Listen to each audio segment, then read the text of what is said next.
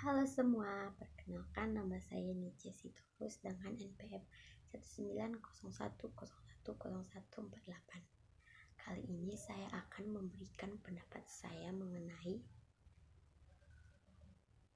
metode, media, dan pendekatan yang akan saya gunakan dalam mengajarkan puisi kepada siswa kelas 5 SD. Yang pertama itu adalah metode. Metode yang akan saya gunakan adalah metode produktif. Kenapa saya menggunakan metode ini? Karena metode ini mengarahkan peserta didik untuk berbicara dan menulis. Dengan menggunakan metode ini diharapkan peserta didik dapat menuangkan gagasan yang terdapat ke dalam pikirannya, ke dalam keterampilan, baik itu berbicara maupun menulis. Selanjutnya adalah media. Media yang saya akan gunakan adalah media visual berupa gambar. Dengan media visual dapat memperlancar pemahaman dan memperkuat ingatan. Dengan gambar juga dapat menumbuhkan minat peserta didik dan dapat memberikan hubungan antara isi materi dengan dunia nyata. Dan yang terakhir adalah pendekatan. Pendekatan yang akan saya gunakan adalah pendekatan komunikatif. Mengapa saya menggunakan pendekatan komunikatif ini? Karena dengan pendekatan komunikatif memberikan kesempatan kepada peserta didik untuk saling berinteraksi, terlibat aktif, berani dalam menyampaikan pendapat, ide, dan imajinasi.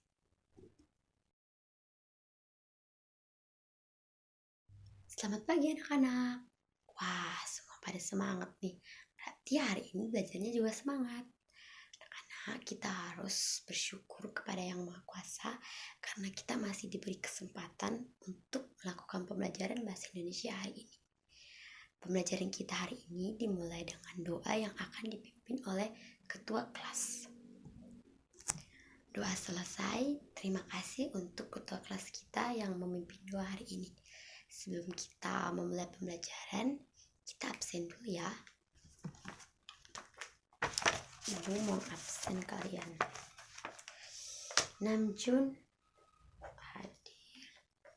Yoongi, Seokjin. Baiklah anak-anak, hari ini kita akan belajar dengan materi puisi.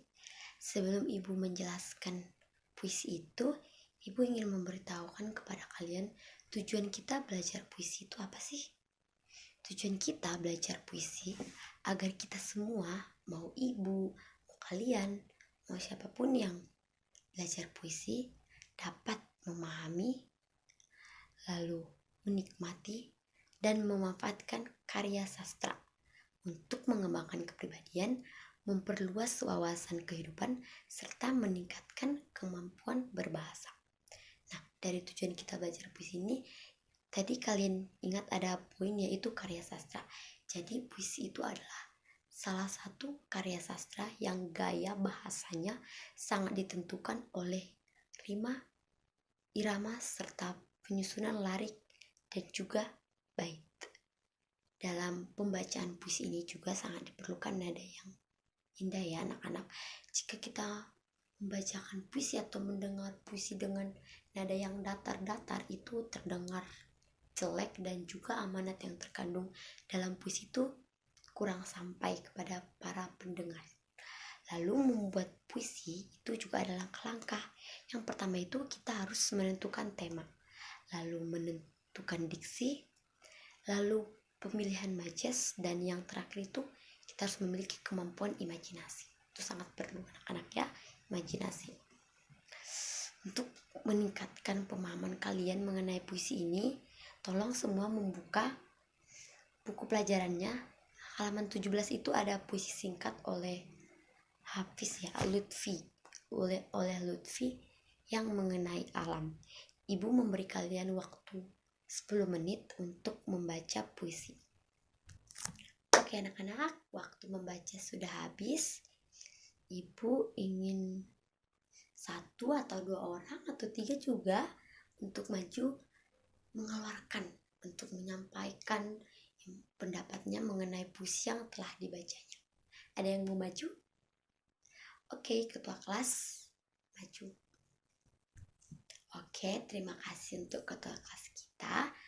Untuk kalian ada lagi yang ingin maju? Oh, Vi maju. Silakan nak. Oke, selain Namjoon dan juga Vi, apa ada yang ingin maju? Oke, tidak ada lagi. Lalu kita akan menganalisis ya puisi yang telah kalian baca tadi. Kalian sudah tahu kan apa unsur intrinsik dan ekstrinsik yang terdapat dalam puisi. Nah, itu akan kita analisis. Apa saja itu. Lalu kita akan bersama-sama. Yang pertama itu kita analisis unsur intrinsik ya dalam puisi Lutfi ini. Yang pertama itu adalah tema. Dapat kita lihat bahwa tema dalam puisi Lutfi ini adalah kekaguman dia terhadap alam. Lalu latarnya gembira dan juga menikmati alam. Selanjutnya ada analisis citraan. Ini adalah penglihatan karena penulis dapat melihat secara langsung bagaimana keindahan alam itu. Lalu citraan pendengaran karena penulis mendengar burung-burung, suara dedaunan, dan komponen-komponen alam lainnya. Selanjutnya itu ada unsur simbol. Kita lihat ya anak-anak bahwa unsur simbol dalam puisi Lutfi ini ada dua, yaitu cahaya surga mulai terlihat. Ini mengartikan bahwa matahari mulai terbit. Lalu yang kedua itu ada berlian langit mulai berkedip. Ini mengartikan bahwa bintang-bintang mulai terlihat. Lalu selanjutnya unsur gaya bahasa, ya hiperbola. Lutfi ini menggunakan bahasa yang hiperbola. Lalu amanat yang dapat kita petik dalam puisi Lutfi adalah begitu indahnya jagat raya ini, sepatutnya kita bersyukur kepada Yang Maha Kuasa atas kejadian alam ini. Lalu unsur ekstrinsik ada biografi penulis. Kita dapat melihat bersama-sama bahwa Lutfi Hafizul Haq ini bersekolah di SMA Negeri 1 Lubuk Kalung yang mengambil jurusan IPS, dan dia juga sangat ahli dalam membuat puisi. Lalu unsur nilai ya, ada nilai sosial dan agama yang membuat kita bersyukur atas jagat raya yang diciptakan oleh Yang Maha Kuasa sesuai dengan amanat yang tadi ya, bersyukur.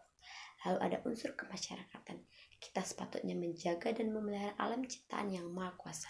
Cara kita bersyukur adalah memelihara alam ciptaan Yang Maha Kuasa. Oke anak-anak, bagus ya kita semua sudah menganalisis bersama-sama puisi Lutfi ini. Jadi untuk lebih meningkatkan lagi, Ibu meminta kalian membuat satu puisi singkat, hanya 1 bait, terserah pakai tema apa saja, dan hasil karya kalian ini merupakan produk kreatif yang akan kita pajang di kelas. Oke anak-anak, untuk lebih meningkatkan kemampuan berpuisi kalian, Ibu memberikan 1 gambar ini. Ibu meminta kalian untuk mencermati dan berimajinasi mengenai gambar ini. Dan imajinasi yang kalian simpan dalam pikiran kalian itu kalian tuangkan dalam bentuk tulisan, yaitu puisi. Sebelum kalian berimajinasi tentang gambar yang Ibu sampaikan tadi, Ibu ingin menyampaikan juga sedikit mengenai diksi dan gaya bahasa. Diksi itu adalah pilihan kata yang harus kita gunakan dalam penulisan puisi. Dalam pemilihan diksi ini, kita harus memperbanyak kosakata, meningkatkan imajinasi, dan juga menyesuaikannya dengan realita agar mudah dimengerti. Dan juga gaya bahasa. Ada beberapa gaya bahasa yang sering digunakan di dalam pembuatan puisi ini. Yang pertama itu gaya bahasa perbandingan, lalu gaya bahasa pertentangan, dan yang terakhir ada gaya bahasa pengulangan. Oke, Ibu beri waktu 20 menit untuk menuliskan imajinasi kalian mengenai gambar yang Ibu sampaikan tadi. Oke anak-anak, waktu menuliskan puisi sudah habis. Ibu mau dong yang sebelum Ibu tunjuk satu-satu, Ibu mau siapa yang bersedia untuk maju terdahulu membacakan puisi yang telah dituliskannya. Wah, jangan berebut dong anak-anak, satu-satu ya. Wah, kita tepuk tangan dulu. Semua puisinya bagus-bagus dan seperti yang disampaikan diksinya juga oke dan gaya bahasanya juga oke. Lalu ibu akan membagi lagi kalian ke dalam kelompok. Karena kelas kita ini terdiri dari sedikit orang, jadi kelompoknya akan ibu bagi hanya 2 kelompok. Yang pertama itu ada kelompok 1, ada Namjoon, Seokjin, Yoongi, dan juga Jimin. Nah, kelompok 1 ini membahas mengenai diksi yang ibu sampaikan tadi. Tuliskan 5 diksi yang bisa kalian gunakan dalam puisi. Lalu ada kelompok 2 yang terdiri dari Taehyung, Jungkook, dan juga Hosok dan juga Hosok. Kalian akan membahas gaya bahasa. Tadi kan ada ibu sampaikan 3 gaya bahasa, yang pengulangan, pertentangan, dan juga perbandingan. Nah, kalian harus menjelaskan tiap-tiap gaya bahasa ini. Untuk itu, ibu akan beri waktu kita yang tersisa ini untuk setiap kelompok berdiskusi mengenai materinya masing-masing. Sebelum ibu nanti meminta kalian per kelompok untuk maju memaparkan hasil diskusinya. Baik anak-anak, waktu berdiskusi telah selesai. Untuk kelompok 1, silahkan maju. Dan untuk kelompok 2, tolong menyimak apa yang disampaikan oleh kelompok 1. Wah, kelompok 1 luar biasa ya. Mari kita tepuk tangan bersama-sama. Sekarang untuk kelompok 2, maju untuk menyampaikan hasil diskusinya, dan untuk kelompok 1 yang akan menyimak dari kelompok 2. Wah, kelompok 2 juga hebat selain kelompok 1 ya. Kita tepuk tangan bersama-sama. Oke anak-anak, untuk kelompok 1 dan kelompok 2, materi ini kalian dapat menyampaikannya dengan baik. Maka itu, sebelum kita pulang, ibu mau kuis dulu untuk kalian. Ibu ingin menilai apakah kalian serius belajarnya atau hanya mendengar saja. Ini kuis lisan ya anak-anak. Yang pertama itu, siapa yang ingin maju untuk menyampaikan apa dari pengertian puisi? Wah, Namjoon dan juga Taehyung berebut ya. Sweet dulu, siapa yang akan maju? Oke, silakan maju ke depan. Yang kedua itu, bagaimana langkah-langkah dalam penulisan puisi? Lalu kuis yang ketiga, unsur-unsur apa yang terdapat dalam puisi? Mau itu unsur intrinsik dan juga ekstrinsik.